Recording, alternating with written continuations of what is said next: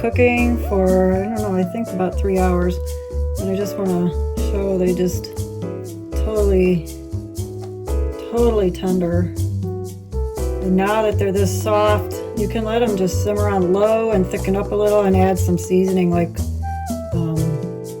I like adding tamari and a little ground up black sesame seeds, but you can do whatever you like. Anyway, they come out super tender, and cooking them in the clay pot just makes them really aromatic and flavorful in a way that's just different than pressure cooking, although pressure cooking is the way that we typically cook all of our whole grains and beans, at least like brown rice and most beans. But the clay pot is another option, and it is super delicious.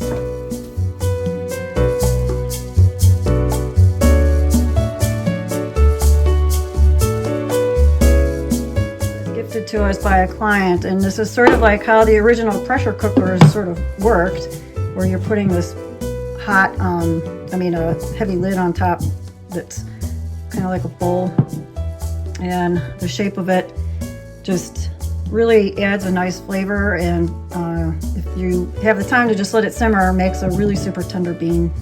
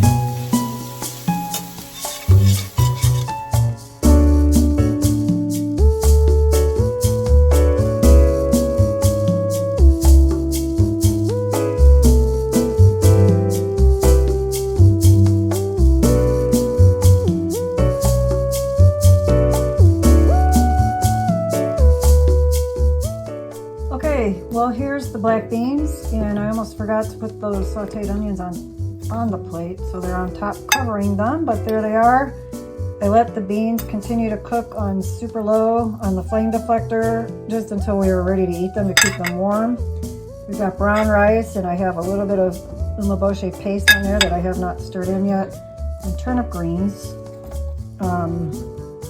The turnip greens are cooked in a little oil, and I added some sweet peppers to that, and just a little soy sauce and hot sauce. And the beans, other than what was in there that I showed before, this is almost empty, so I just scraped a little more of that out, so just more black sesame seed basically, and a few drops of hot sauce. So there's our sauteed onion. And as a Vata dosha that does not do super well eating a whole lot of legumes, especially without fat because they're very astringent, I'm making sure to incorporate some oil or fat in the form of seeds with this meal.